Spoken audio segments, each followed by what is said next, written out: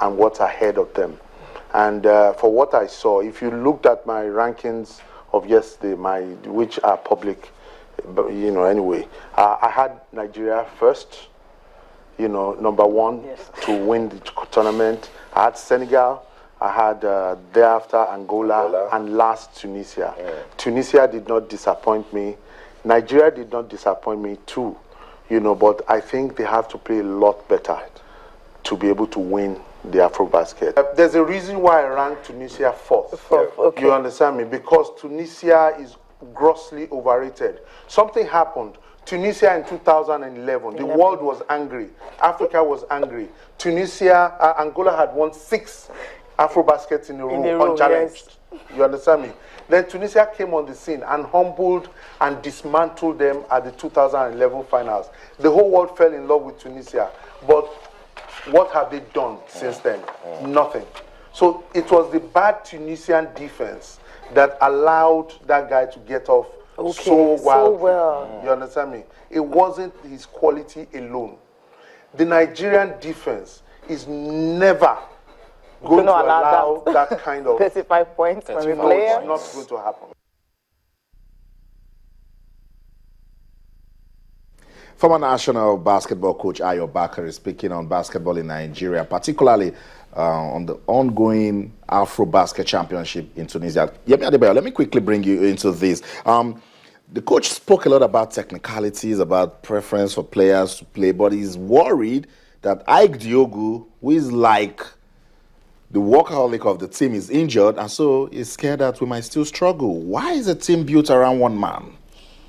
Well, you know, even the best of clubs do have star players, and you know, like for instance, everywhere LeBron James has played, Cleveland Cavaliers, Miami Heat, everywhere he's played, he's been relied upon to deliver the goods, even when he's injured. From the pictures I saw of Ike Diogu, I even saw him on crutches, and it's really scary. I know. But I still believe in this team. When Bakari speaks, I mean, you tend not to argue. Because he's been with this team, he knows them. I mean, when he reels out the stats, you know this is somebody that knows. But I like to differ a little. I believe this is a good team. Even when they didn't get the ticket to the World Championships a few years ago, I still feel that this is the best crop of Nigerian players that I have seen. There might be 1 or 2 players that should be there that are not. But I still feel that we have enough to go all the way, and maybe just end that trophy drought at the AfroBasket. I understand, because the wait is getting too long. Tunde, I was trying to understand how Ayo Bakari feels about the absence of home-based players in this team. Good team, and if you look at the quality of the league this season, you would expect last time Stanley Gumot was on the team. There's one home-based player. Not in this current team. But what we're trying to understand is it sentiment or emotions when you try to bring in home-based players to join the foreign players, or that they're not just good enough when excluded? Well, I think for any coach, be it in any sport, I think sentiment is a useless commodity to have. You pick your best players irrespective of wherever it is that they play.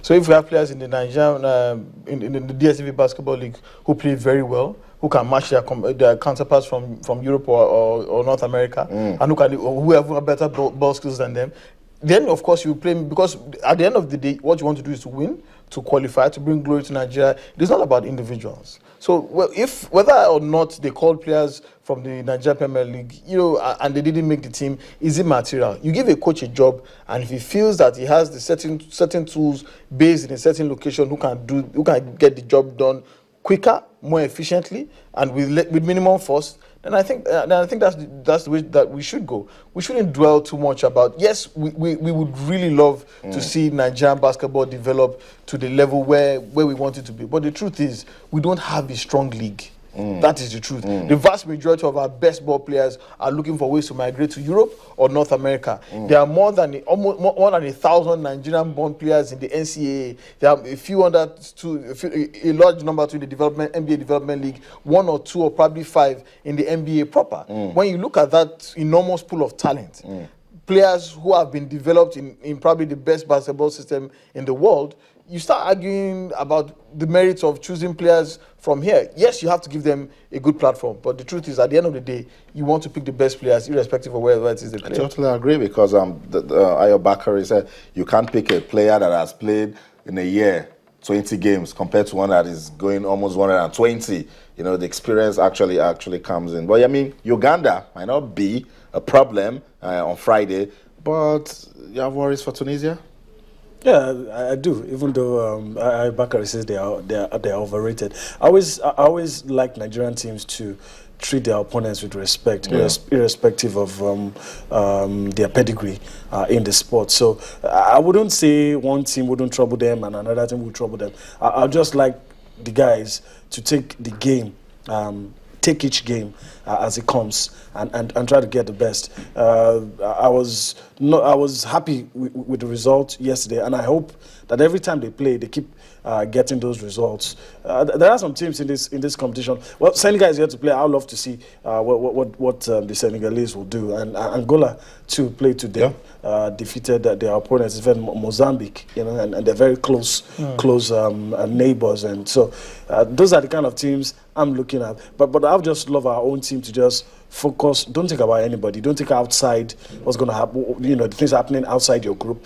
Think of how you're going to win each game you step to the courts to play, and not really focus. If I take an analogy from football, former Brazil coach Mario Zagallo said, I don't need to worry about how many goals my opponent scores, because I want to go out there and outscore him. So the philosophy should be, go out there, outscore your opponents. Forget about who they are. Just treat them as an opponent. Get there, get the game done. I totally agree with that. But Tunde, let's still bring it back home, because we can keep talking about this. They will go, maybe get to the quarterfinals, and then they will drop again. I think the reflection of the league is a big part of our basketball. You mentioned this morning, and that still worries me. I kept hearing the figure that the top player in the Angolan league earns close to $250,000 for the Angolan league. Why do you sound so surprised? I'm just saying. We have Nigerians who play in the Angolan league. There was the young lady that was here just a few months ago. Premier Augusto? She plays for Premier Augusto. And they take basketball particularly seriously in that country. They have major sponsors. There's a thriving high school basketball championship. There's a thriving university basketball championship. Money is pumped into it as well. Primero de Agosto, Primero de Mayo, Petro Atletico, a lot of clubs in Angola are sponsored by major corporations. And therefore, money is not a problem. They can afford to get the best players, not only in Angola, but even beyond.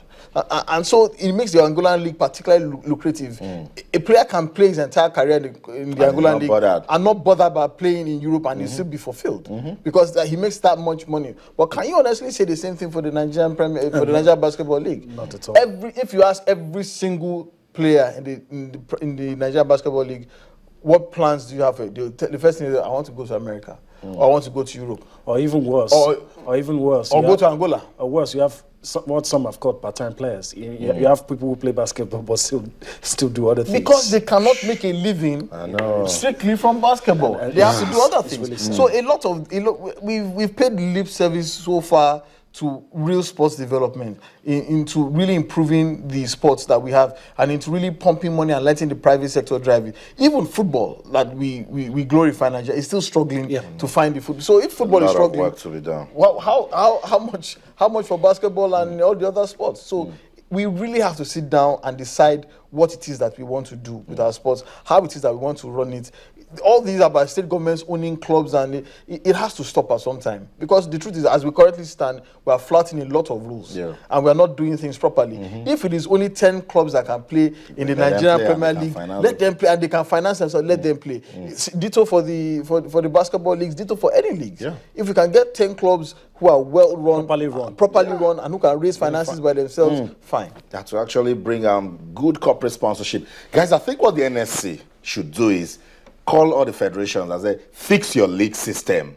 Put some money into fixing the league system. Where would the money come from? The NSC can do that. Let them just say, okay, we're giving you money. A grant. Yes, a grant. If you don't fix it, that's it. That's you and your problem. We'll back off. For those ones that are doing well, I will see, we support. Because if we don't fix the league, we'll still continue this way.